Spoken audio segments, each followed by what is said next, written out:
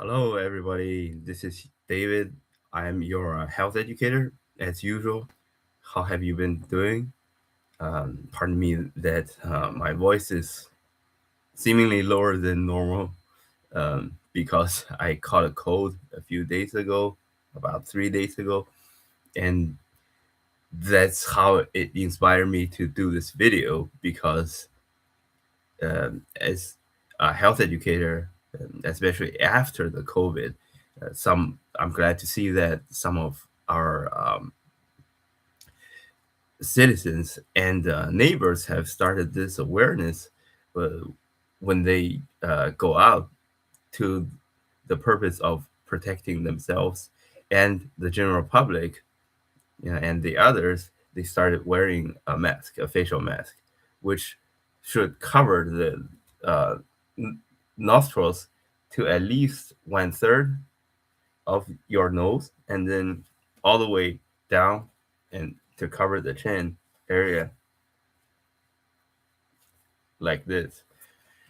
Anyhow, so today, as I got sick, I started wearing a mask when going out for daily walks as usual.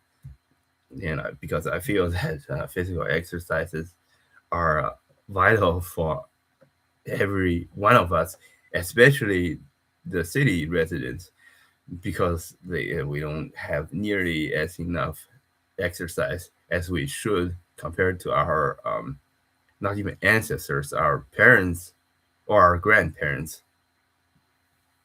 So let's begin. And when I came back, I started thinking of reusing the mask. Oh, this is not the one I used because for sanitary purposes, I would like to show everybody a new one and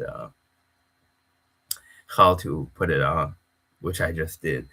Uh, Therefore, I decided to spray the mask and reuse it maybe for once or twice or even longer time since I didn't sneeze into it.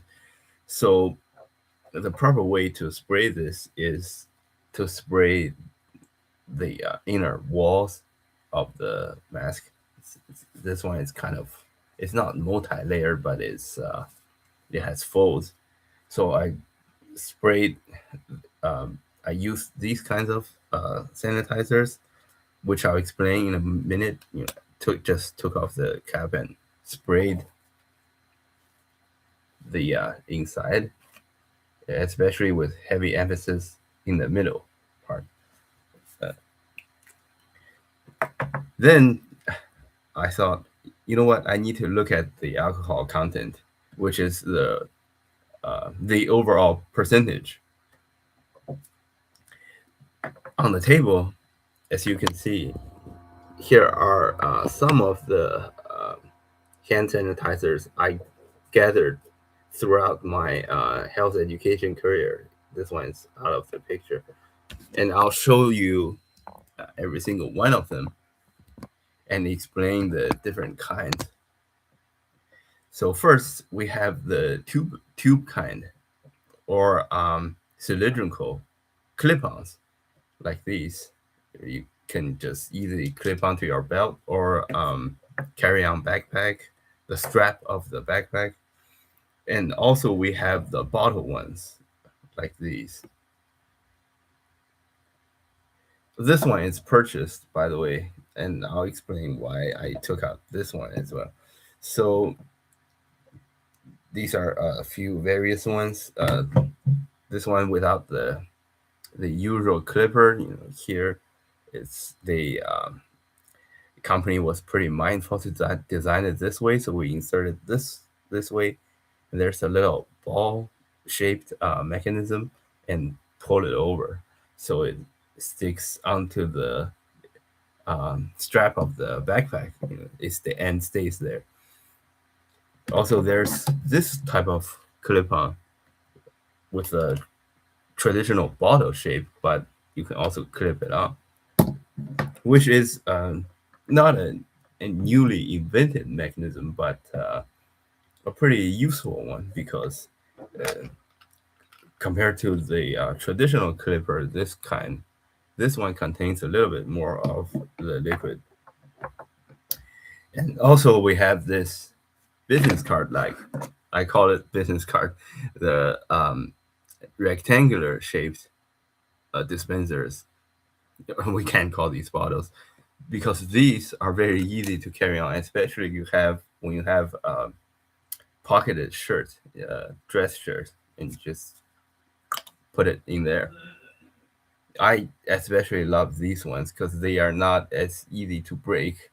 Just for example, if you were to bump into the doorway and cause the container to crack or burst. And the way I group them is by alcohol content, and I'll show everybody why. So this one, the green one, the Clipper, contains 62% of alcohol in its overall content. This one, the Clipper bottle, also 62%. This one, it's shirt-like bottle. I got this one from the Duncan Regional Hospital while working as a health educator in the state of uh, the Oklahoma State Department of Health, and they are one of our collaborators. This one also contains 62%, and I always thought the shape is very interesting.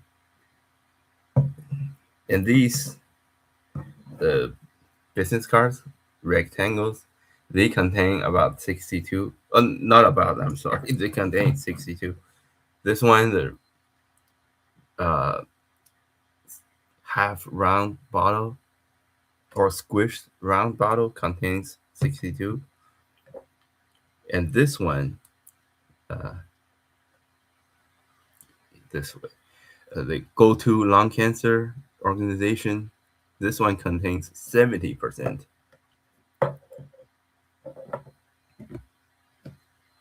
This one from uh, Central Health Medicare Plan, it contains 75.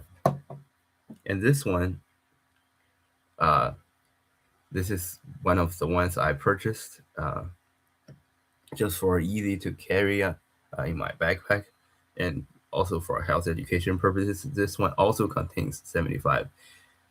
And our central theme question for tonight is, do you know the ideal concentration of hand sanitizer alcohol? And I'll give uh, a few brief moments if anybody knows the answer. The answer is a range, however. And fortunately, all of the above hand sanitizers apply, which means they are all within the acceptable range in terms of efficiency. However, these ones,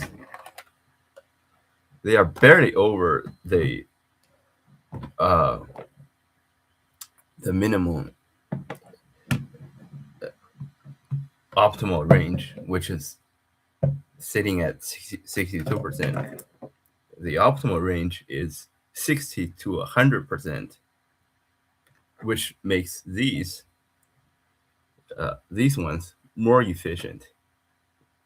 This one is 70.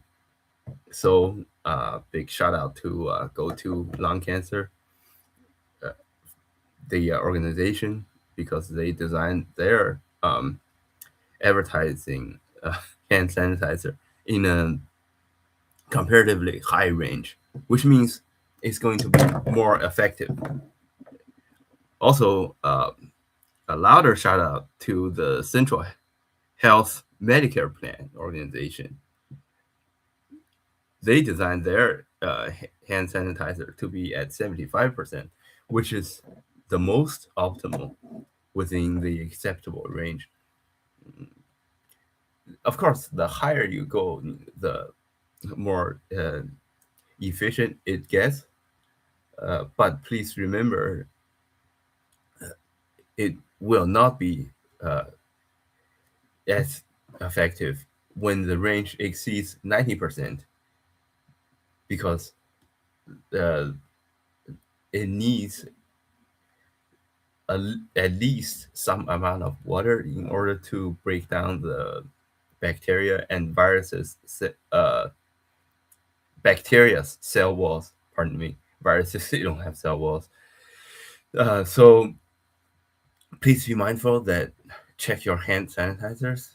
Um, Personally, for me, these the ones at 62%, I will be just using them as demonstration purposes. Personally, I won't use them for cleaning or sanitizing tasks since they will not be as effective. However, one of the more useful or practical ways I thought of is that they are extremely efficient in rubbing off pines oil. Uh, they are pretty sticky, so alcohol neutralizes it, and you can just wash it off with water, soap and water. A little bit of soap will be adequate. So personally, for these two, which are sitting at 75%, I will utilize them for cleaning.